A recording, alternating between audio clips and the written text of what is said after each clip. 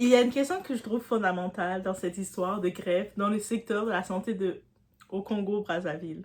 À quoi sert de payer un médecin, une infirmière ou un agent de santé si vous ne lui donnez même pas les moyens de faire correctement son travail? Parce qu'on voit aujourd'hui des revendications salariales, on voit des agents de santé réclamer leur salaire, on voit des syndicats lancer une grève générale illimitée avec service minimum. Mais pendant ce temps, sur les réseaux sociaux, des Congolais racontent une autre réalité. Ils parlent d'hôpitaux où les conditions de travail seraient tellement mauvaises que certains établissements sont comparés à des morgues. C'est comme, tant qu'à aller dans cet hôpital, c'est comme, envoyez-nous à la mort directement. C'est triste. Des Congolais racontent leur expérience, des familles racontent leurs pertes et certains vont jusqu'à dire, le problème n'est même plus seulement le salaire. Le problème, c'est que le professionnel de santé n'a pas les outils nécessaires pour sauver les patients. C'est-à-dire que même quand le personnel est là, mais ils n'ont pas les outils, ils ne peuvent pas performer. Alors moi, j'ai envie de poser une question qui va peut-être déranger. Est-ce que le problème du système de santé congolais est uniquement un problème de salaire? Parce que si le médecin est payé, mais qu'il n'a pas de matériel, si l'infirmière est payée, mais qu'il manque des médicaments, si l'hôpital fonctionne, mais que le plateau technique ne permet pas de faire certains examens, si les professionnels sont présents, mais qu'ils doivent travailler avec des moyens insuffisants, qu'est-ce qu'on est réellement en train de financer? Et là, je vais aller encore plus loin. Peut-être que si l'État congolais n'est plus capable de financer correctement certains services publics, il faut avoir le courage de poser la question d'un changement complet de modèle. Pourquoi continuer à faire croire que l'État peut tout gérer? Pourquoi ne pas laisser davantage de place au privé? Pourquoi ne pas permettre à des structures privées de développer de véritables établissements de santé avec du matériel, des médecins, des spécialistes et une gestion adaptée? Parce qu'au bout de compte, le patient ne veut pas savoir qui possède l'hôpital. Il veut juste être soigné. D'après moi, ça c'est mon côté. Ça serait plus que peut-être le gouvernement, il se rend compte, mais il est déficient. Il n'arrive pas à gérer le service d'État. Et tant qu'à donner un service d'État qu'on appelle la mort parce que ça ne peut pas être géré, me vaut laisser mettre l'argent de côté et laisser le privé venir prendre en charge le tout, right? On est chez la Doha, It's About Everything, on est direction du Congo.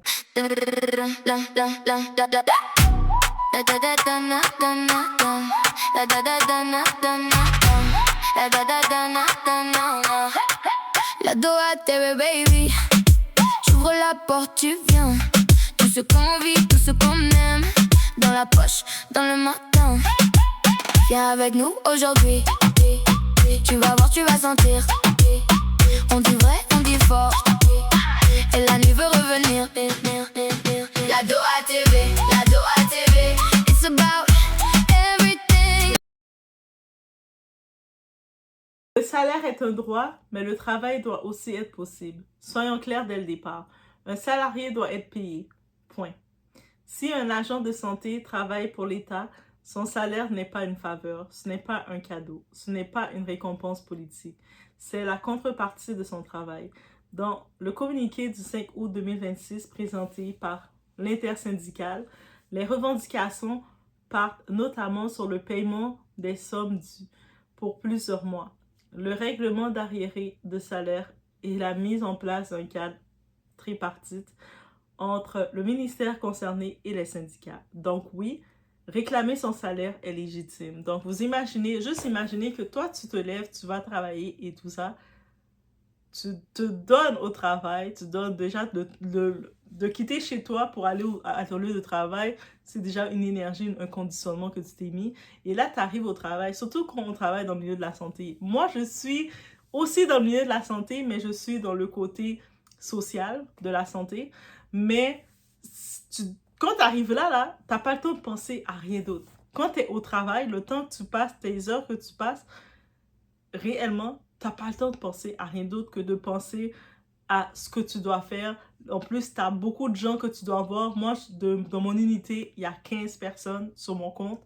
Donc, et des fois, une journée, c'est sûr, j'ai pas le temps de prendre du temps avec les 15 personnes. Au-delà, je dois faire du clinique et je dois faire plein de choses aussi, on imagine.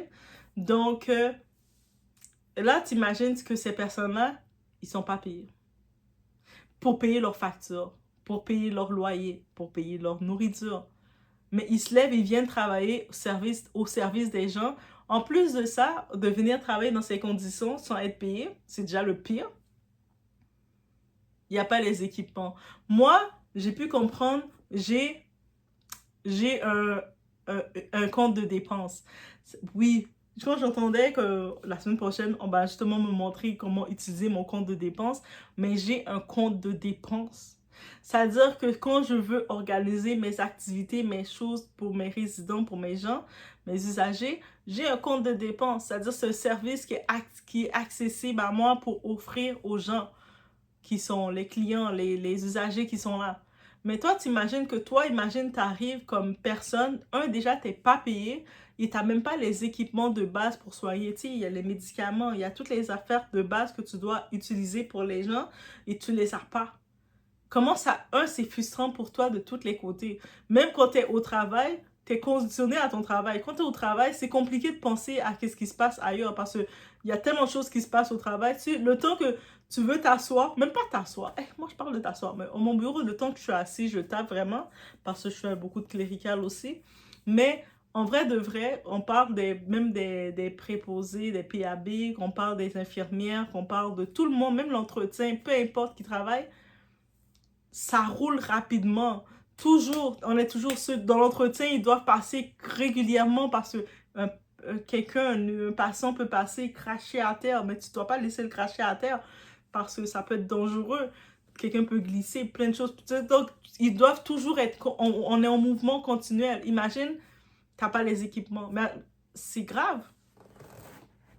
Et c'est ça, ce manque-là. Mais moi, j'ai une deuxième question. Et après, le salaire. Tu sais, comme mettons que le salaire est augmenté, c'est une chose. Parce que si demain, le gouvernement paie toutes les arriérés, c'est une chose. Merci beaucoup qu'il le fait. Il va aider beaucoup de situations, beaucoup de foyers. On est conscient de ça. Est-ce que les patients auront soudainement accès à un meilleur plateau technique? Est-ce que les équipements vont apparaître? Est-ce que les médicaments seront disponibles? Est-ce que les spécialistes vont revenir? Parce qu'il y a beaucoup de ces hôpitaux de l'État, qu'est-ce qui arrive? Ils ont une situation de santé, mais ils n'ont pas de spécialistes. Est-ce que les infrastructures vont être modernisées? Parce que si la réponse est non, alors nous sommes simplement en train de régler une partie du problème. Comment demander aux professionnels de sauver des vies sans le matériel? Imaginez un mécanicien. Vous lui donnez une voiture complètement détruite. Vous lui dites « répare-la ». Mais vous ne lui donnez ni outils, ni pièces détachées. Et quand il vous explique qu'il ne peut pas faire correctement son travail, vous lui dites « ben pourquoi tu n'es pas compétent ?» Mais parce qu'il n'a aucun équipement, il ne peut pas faire son travail. Autant qu'il peut être qualifié, avoir le tout, mais ses compétences, il a besoin du matériel pour des objets, des bons outils. Ça n'a aucun sens. Alors pourquoi demander à un professionnel de santé de produire des miracles dans un système qui ne lui donne pas nécessairement les moyens nécessaires? C'est là que la discussion doit être beaucoup plus sérieuse. Parce qu'on peut accuser les médecins, on peut accuser les infirmiers, on peut accuser les agents, mais il faut également regarder l'environnement dans lequel ils travaillent. Donc souvent on se dit, quand tu es quelqu'un qui exerce dans un milieu comme ça, qui a tellement peu de choses, tu peux exercer partout parce que tu es à la dure, tu es à la sauvage. Mais est-ce que c'est un compliment vraiment pour eux? C'est pour la fatigue. Déjà, ils ne sont pas payés. En plus, ils sont toujours à la dure. Un patient arrive devant eux, ils doivent chercher des façons de précarité pour sauver, pour arrêter le saignement ou peu importe.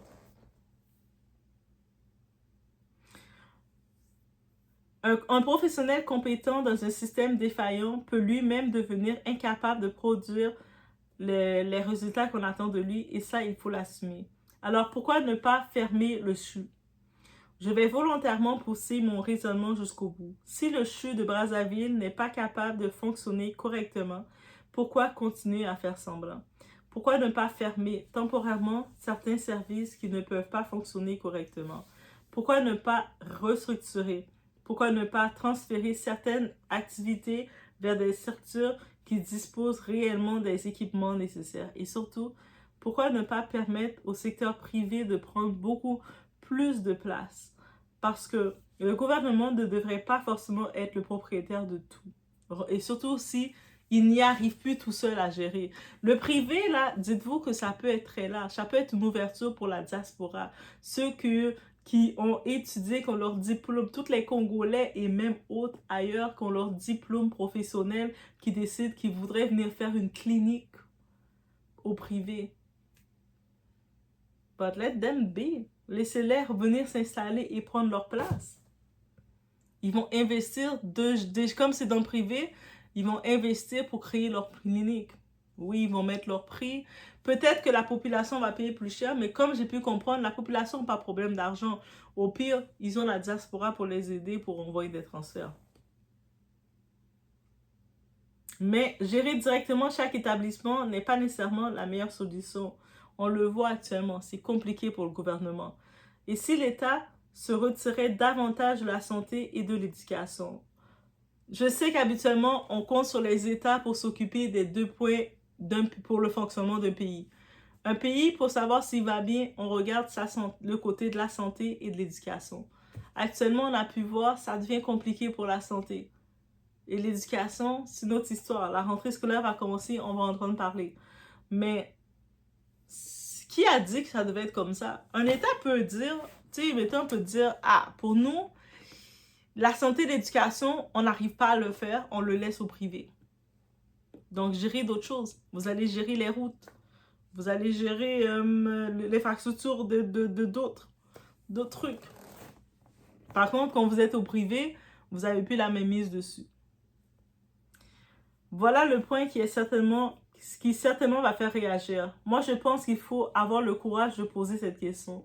Est-ce que l'État congolais doit absolument être l'employeur principal dans la santé et l'éducation? S'il n'est pas capable d'assurer durablement les salaires, les infrastructures et les équipements. C'est un fait. Parce qu'un système public qui promet tout, mais qui ne peut pas financer correctement ses promesses, finit par créer de la frustration partout. Le personnel est frustré, les étudiants sont frustrés, les enseignants sont frustrés, les patients sont frustrés, les familles sont frustrées et finalement, tout le monde accuse tout le monde. Alors peut-être qu'il faut changer de modèle, un État qui fixe des règles, un État qui contrôle les normes, un État qui protège les plus pauvres, un État qui finance certaines prises en charge essentielles, mais davantage de structures privées capables de fonctionner avec leur propre investissement.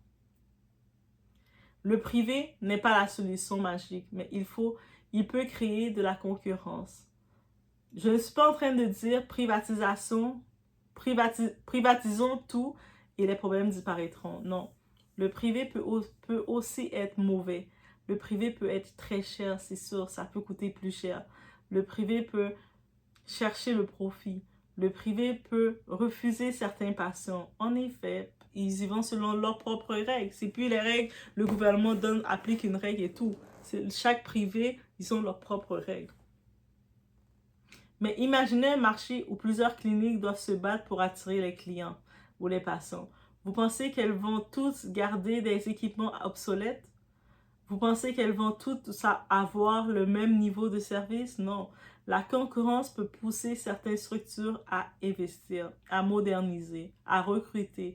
Et pas recruter n'importe qui. Ils ne vont pas juste vouloir prendre la chance. Je vais juste recruter ma voisine parce que c'est ma voisine. Ils vont vouloir maintenant recruter des personnes de qualité. C'est-à-dire, c'est là que vos diplômes vont servir. Comme vous qui avez les diplômes de compétences mais qui n'avez pas d'emploi, vous ne pouvez pas avoir d'emploi. C'est vous qui allez être recherché parce qu'ils vont vouloir le privé. Eux autres, ce n'est pas le gouvernement. Ils ne vont pas vous prendre parce que vous êtes un contact. Ils vont vouloir vous prendre parce que c'est ma business, j'ai investi dans ma business et je veux le meilleur. Que ce soit à moderniser, à recruter, à améliorer l'accueil, à développer des spécialités et surtout à comprendre que passion peut aller ailleurs. Le problème, c'est que le Congolais n'a pas toujours le choix. Et là, on revient en vrai problème. Parce que parler de privé quand une grande partie de la population n'a pas les moyens de payer des soins privés, ça ne suffit pas. Le gouvernement doit donc se poser une question. Comment permettre aux citoyens pauvres d'accéder à un système privé performant? Assurance maladie, mutuelle, subventions ciblées, partenariat public-privé, tarification sociale, financement public des patients plutôt que financement systématique des structures. Voilà des questions beaucoup plus intéressantes parce qu'au fond, peut-être que l'État n'a pas besoin de posséder l'hôpital pour financer le patient. Et là, l'État, il va laisser le privé gérer, mais lui, il va pouvoir venir avoir une méprise sur sa population parce que l'État est responsable de sa population, ses citoyens. Il va pouvoir créer des services d'assurance pour chaque citoyen selon le montant qu'il peut les donner selon les prix. Et puis, l'État va pouvoir aussi maintenant dire, voici, moi, je suis en mesure de donner dans mon coût d'État, l'État est le papa des citoyens, je vais pouvoir donner tel montant à chaque personne. Donc, si le privé décide de donner des prix exorbitants, mais là, le monde va pouvoir magasiner aussi un peu et puis chercher un prix qui correspond à ce que l'État peut couvrir. Ça peut faire penser à un système canadien. Bref. Donc, il peut financer une partie des soins du citoyen et laisser plusieurs acteurs se battre pour offrir ces soins. Et la génération de nos parents. Maintenant, je vais parler d'un sujet qui va certainement provoquer des réactions. Il existe une partie de la population congolaise qui s'est adoptée à ce système. Des familles vivant avec les transferts de la diaspora. Un enfant est en France, une fille est au Canada, un frère est aux États-Unis, une sœur est en Belgique et chaque mois, l'argent arrive. Donc, quand l'économie locale ne permet pas suffisamment de revenus, certaines familles ont développé une autre stratégie.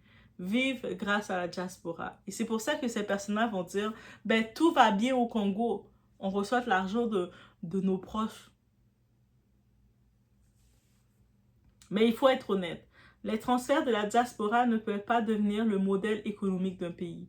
La diaspora peut aider, elle peut investir, elle peut soutenir une famille, mais elle ne devrait pas être obligée de devenir le système de protection sociale officieux du Congo. Et si le problème était aussi notre rapport au travail, il faut également avoir cette discussion parce qu'on ne peut pas toujours expliquer toutes les difficultés par le gouvernement. Il existe des personnes qui veulent travailler, il existe des personnes qui entreprennent, il existe des médecins extraordinaires, des infirmières extraordinaires, des enseignants extraordinaires. Mais il existe également des personnes qui ont fini par s'adapter à un système où travailler correctement n'est pas toujours récompensé. Et lorsqu'un système fonctionne mal pendant des années, les comportements finissent par s'adapter au système. C'est humain. Pourquoi faire énormément d'efforts si personne ne reconnaît votre travail? Pourquoi investir si l'environnement fiscal vous étouffe? Pourquoi entreprendre si vous avez l'impression que chaque étape administrative devient un obstacle? Et c'est là que nous arrivons à l'économie. La grève du secteur de la santé ne concerne pas seulement les médecins. Quand les hôpitaux entrent en grève, ce n'est pas uniquement le personnel qui est concerné, c'est toute la population. Une femme enceinte, un enfant malade, une personne âgée, un accidenté, un patient qui devrait être opéré, une personne qui avait besoin d'un examen, un malade chronique. Et lorsque le système ralentit, ce sont les plus vulnérables qui paient. C'est pour cela qu'une grève dans la santé est toujours extrêmement particulière. Les travailleurs ont des droits, mais les patients ont également besoin de soins. C'est précisément pour cela que le service minimum est essentiel. Parce qu'on peut faire grève sans abandonner complètement les personnes qui dépendent de vous. Mais le gouvernement ne peut pas utiliser le service minimum comme excuse. Et là encore, il faut être cohérent. Si les travailleurs assurent un service minimum, le gouvernement ne peut pas simplement attendre que la crise passe, parce qu'une grève ne tombe pas du ciel. Elle arrive généralement après une accumulation. Ils ont fait des revendications, il y a eu des promesses, des retards, des négociations, des frustrations, puis un jour ça explose. Et ce qui me dérange le plus, c'est quand un gouvernement attend toujours que les gens soient à bout avant de commencer à discuter. Pourquoi attendre la grève? Pourquoi attendre les manifestations? Pourquoi attendre que les passions soient prises en otage par une situation qu'ils n'ont pas créée? Il faut régler le problème avant l'explosion. C'est ça le but, guys. Et maintenant, parlons de la fiscalité. Parce qu'on ne peut pas parler de santé, d'éducation, d'emploi et d'investissement sans parler d'économie. Donc, et c'est ici que je rejoins complètement le débat sur la fiscalité congolaise. Aujourd'hui, beaucoup de Congolais veulent entreprendre. Créer une clinique, créer une école, créer une entreprise, créer une usine, créer un commerce. Mais si l'environnement fiscal et administratif rend l'activité trop compliquée ou trop coûteuse, vous tuez l'investissement avant même qu'il puisse grandir. Et ensuite, le gouvernement se retrouve avec moins d'entreprises fortes, moins d'emplois privés, moins de recettes et davantage de pression sur le secteur public. Cessez de penser uniquement aux prochaines élections et finalement, voilà mon problème. Nous avons besoin d'un État qui pense sur 20 ou 30 ans, pas uniquement sur les prochains mandats, pas uniquement sur la prochaine nomination, pas uniquement sur les avantages des responsables, pas uniquement sur les véhicules de fonction, pas uniquement sur les cérémonies, sur les structures de pays. Comment créer un environnement où un Congolais peut avoir une clinique? Comment permettre à une école privée de devenir excellente? Comment attirer les investisseurs? Comment faire revenir les médecins partis à l'étranger? Il y a tellement de médecins en Afrique du Sud jusqu'à maintenant et qui sont dans des conditions que si on mettrait juste un peu plus d'attention au Congo, même tant qu'à donner de l'avantage, encourager les médecins à avoir dans le privé, à leur donner des subventions, ça ferait déjà une différence. C'est fou. Et quand je vous dis des bons médecins, c'est des bons médecins. Tu sais, déjà, la médecine, c'est presque 10 ans d'études, guys.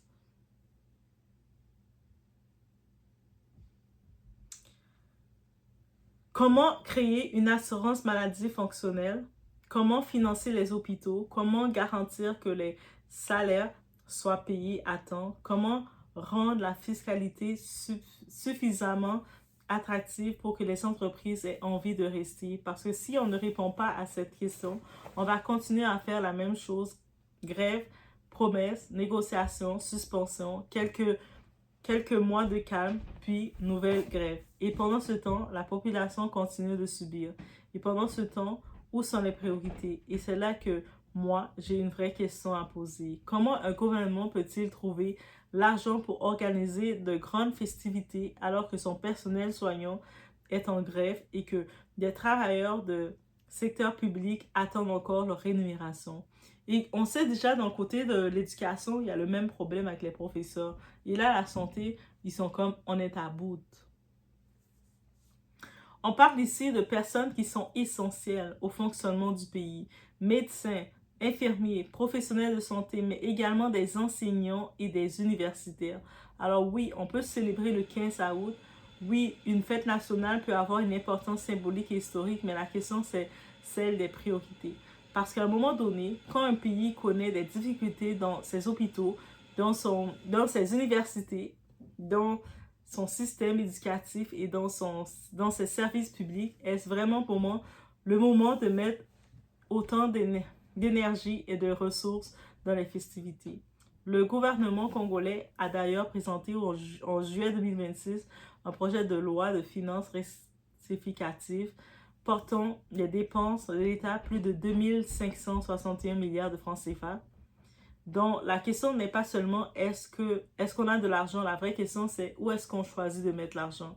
Parce que quand les soignants réclament leurs droits, quand les enseignants ont des problèmes de paiement, quand les citoyens attendent des améliorations concrètes dans leur quotidien, Chaque dépense publique doit pouvoir être justifiée. Et regardons un instant ce qui se passe chez le voisin. En RDC, on a Félix Tshisekedi n'a pas fait de l'organisation d'une grande fête nationale du 15 août une priorité. Lui, c'est le 30 juin, par contre. Et la RDC ne s'est pas écroulée pour autant. Donc, pourquoi avons-nous parfois cette impression qu'il faut absolument organiser des cérémonies grandioses, sortir les militaires, les véhicules, les cortèges, les spectacles et tous les décors qui vont avec, alors que des problèmes beaucoup plus urgents attendent des solutions. Depuis toutes ces années où l'argent public est dépensé dans ces grandes célébrations, est-ce que le Congo a réellement changé à la hauteur des sommes engagées? Est-ce que les hôpitaux fonctionnent mieux? Est-ce que les enseignants sont mieux rémunérés? Est-ce que les universités disposent de meilleures infrastructures? Est-ce que la population vit réellement mieux? Parce que c'est ça le bilan qu'il faut regarder. Moi, je ne suis pas contre le fait de célébrer le Congo. Je suis contre l'idée de célébrer un pays en donnant l'impression que tout va bien, alors que ceux qui font fonctionner ce pays au quotidien sont en difficulté. Et concernant la souveraineté, beaucoup de Congolais et d'Africains considèrent encore que l'indépendance politique ne suffit pas lorsqu'un pays reste économiquement et stratégiquement dépendant. Le Burkina Faso, le Mali et le Niger ont justement fait de la souveraineté un axe central de leur discours politique actuel. Mais au-delà des slogans, une véritable souveraineté devrait aussi signifier une chose très simple. L'argent du peuple doit d'abord servir à la priorité du peuple. Avant les cérémonies, avant la cérémonie, avant l'appartenance, la santé, l'éducation, les salaires, les infrastructures, la sécurité, le développement.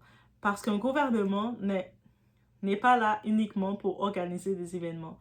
Il est là pour gouverner. Et si nos hôpitaux sont en difficulté pendant que nos dirigeants trouvent toujours les moyens de faire la fête, alors il faut avoir le courage de poser la question: qui sont réellement les priorités de ce gouvernement? Le peuple ou l'image du pouvoir? Alors oui, aujourd'hui, certains vont me dire: Doa, les agents de santé ont raison de réclamer leur salaire. Oui, je ne retire absolument pas ce droit. Mais moi, je veux aller beaucoup plus loin. Je veux savoir pourquoi nous sommes toujours obligés de revenir à la même situation. Pourquoi les salaires ne sont-ils pas sécurisés une fois pour toutes? Pourquoi les hôpitaux ne sont-ils pas suffisamment équipés? Pourquoi le secteur privé ne peut-il pas prendre davantage de place? Pourquoi l'environnement fiscal ne permet-il pas à suffisamment d'entreprises de se développer? Pourquoi l'État veut-il continuer à gérer des secteurs qui n'arrivent pas, manifestement pas toujours à financer correctement? Et surtout, pourquoi les Congolais doivent-ils attendre d'être au bord du précipice pour que les autorités commencent à réagir? Parce qu'aujourd'hui, ce n'est pas seulement une histoire de médecins, ce n'est pas seulement une histoire d'infirmiers, ce n'est pas seulement une histoire de chou, c'est une histoire de modèle de société. Et je termine avec quelque chose que je répète depuis longtemps. C'est aujourd'hui que certains découvrent que la fiscalité congolaise peut être un véritable étau pour les activités économiques. Nous le savions depuis longtemps. Malheureusement, pendant que les entrepreneurs cherchent comment survivre, pendant que les jeunes cherchent comment travailler, pendant que les professionnels de santé réclament leur salaire, pendant que les familles dépendent de la diaspora, pendant que les patients cherchent où se faire soigner, certains responsables politiques semblent davantage préoccupés par leur avantage que par la construction d'un environnement économique réellement favorable. Et oui, je vais le dire franchement, un pays ne se développe pas parce que ses députés et ses sénateurs ont de belles voitures. Un pays se développe lorsque ses citoyens peuvent travailler, lorsque les entreprises peuvent investir, lorsque les médecins peuvent soigner, lorsque les enseignants peuvent enseigner, lorsque les hôpitaux peuvent fonctionner, lorsque les jeunes peuvent construire leur avenir sans devoir attendre un transfert d'argent venant de l'étranger. Et surtout, lorsque l'État crée enfin les conditions pour que les Congolais puissent produire leur propre richesse. Parce qu'un pays où tout le monde attend l'argent de l'État finit par être pauvre. mais un pays où l'État crée les conditions permettent à ses citoyens de produire peut devenir riche. La question maintenant c'est, est-ce que le Congo doit continuer à essayer de sauver un modèle public qui ne fonctionne plus correctement, ou est-ce qu'il est temps de complètement repenser la santé, l'éducation, la fiscalité et la place du secteur privé? Moi, je vous donne mon opinion. À vous de me donner la vôtre dans les commentaires. As you know, on y va. C'est une grande vidéo, mais on avait besoin d'aller dans ce sujet. Je vous laisse sur le tout. On se retrouve au prochain.